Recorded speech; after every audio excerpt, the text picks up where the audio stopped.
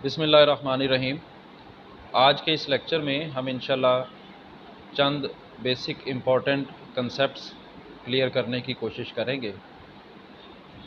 पहला कंसेप्ट है non shivering thermogenesis.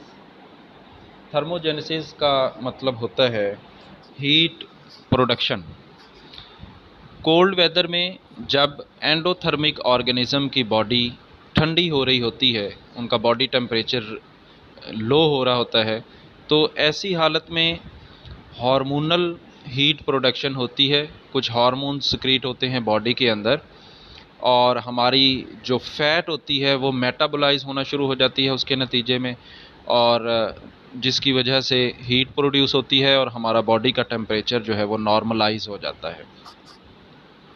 तो ऐसी थर्मोजेनेसिस जो हार्मोन्स जिसको हार्मोन्स मेटाबोलाइज करवाते हैं फ़ैट को और हीट प्रोड्यूस होती है, तो ये जो थर्मोजेनेसिस है नॉन शिवरिंग थर्मोजेनेसिस कहलाती है। नेमेटोसिस्ट ऐसे स्ट्रक्चर्स हैं जो कि फाइलम नाइडेरिया के मेंबर्स में पाए जाते हैं, और ये ऑर्गेनिज़म इनको अपने डिफेंस के लिए, फूड गैदरिंग के लिए और किसी सरफेस के साथ अटैच होने के लिए इस्तेमाल करते हैं।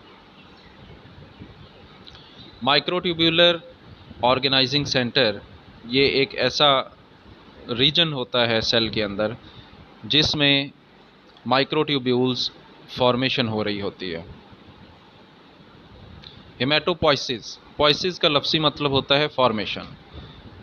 हेमेटोपोइसिस mean formation of blood cells. हमारी ब्लड के अंदर 3 टाइप के सेल्स हैं, red blood cells, platelets and white blood cells. तो ये हमारे बॉडी के डिफरेंट पार्ट्स में बनते हैं। मिसाल के तौर पे जो रेड ब्लड सेल्स हैं वो हमारे रेड मैरो के अंदर बनते हैं। हमारे स्कल में रेड मैरो मौजूद होती है, हमारे वर्टिब्रा में रेड मैरो मौजूद होती है, और हमारी रिब्स में, हमारे स्टर्नम में ये रेड मैरो मौजूद होती है जिसमें रेड ब्लड सेल्स बन रहे होते हैं। तो ये जो प्रोसेस है ये हेमेटोपोइसिस कहलाता है। Gerontology, gerontology is the scientific study of ageing process. Ageing ageing के प्रोसेस में सेल्स के अंदर बहुत सारी नेगेटिव चेंजेस आती हैं। उन चेंजेस की स्टडी जो है वो जेरेंटोलॉजी कहलाती है।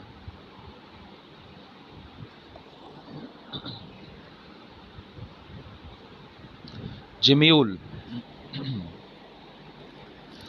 अनफेवरेबल कंडीशंस में जो स्पॉन्जेस हैं इनके अंदर एक हार्ड रेजिस्टेंस कैप्सूल बनता है जिसको जिम्यूल कहा जाता है। जिम्यूल फॉर्मेशन के बाद जो पेरेंट स्पॉन्ज होती है वो डेड हो जाती है, और जिम्यूल जो है वो अपनी जो उस अनफेवरेबल कंडीशन का सिचुएशन होती है उसको गुजारने के बाद, ख़ास तौर पे ये कोल्ड वेदर में विंटर के अंदर बनता है, और विंटर का सारा सीज़न गुजारने के बाद जब फेवरेबल कंडीशंस आती हैं तो उस जिम्यूल के ऊपर एक छोटा सा सुराख होता है जिसको माइक्रोपाइल कहा जाता है। वहाँ से जिम्यूल के अंदर जो सेल्स होते हैं, जिम्यूल के अंदर मेसेनकाइम या अमीबॉइड सेल्स होते हैं जो कि उसके अंदर ज़िंदा रहते हैं। तो अनफेवरेबल कंडीशंस के बाद वो सेल्स बाहर आते हैं और एक नई स्पॉन्ज में डेवलप हो जाते हैं।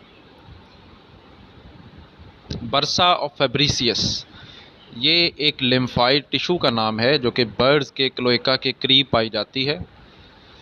लिम्फाइड टिश्यू इसको इसलिए कहा जाता है क्योंकि इसमें लिम्फोसाइट्स मैच्योर होते हैं, और एक ख़ास किस्म का लिम्फोसाइट जिसको बी लिम्फोसाइट कहा जाता है वो सबसे पहले इस लिम्फाइड टिश्यू से डिस्कवर किया गया था, इसलिए इसकी मुनासबत से इसको बी लिम्फोसाइट कहा जाता है, बर्सा ऑफ फेब्रिसियस की मुनासबत से। आटोटॉमी, आटोटॉमी का लफ्ज़ी मतलब होता है ख़ुद ब खुद अपने आप काट देना। तो ये जो प्रोसेस है इसमें ऑर्गेनिज़म अपने किसी लिम्ब को या बॉडी के किसी पार्ट को अपने बॉडी से अलग कर देता है अपने बचाव के लिए। लिज़र्ड में ये प्रोसेस काफ़ी डेवलप्ड है, और जब लिज़र्ड किसी प्रीडेटर के काबू में आ जाती है तो वो अपनी टेल को आटोटॉमी के ज़रिए अपनी बॉडी से अलग कर देती है। उसकी टेल जो है वो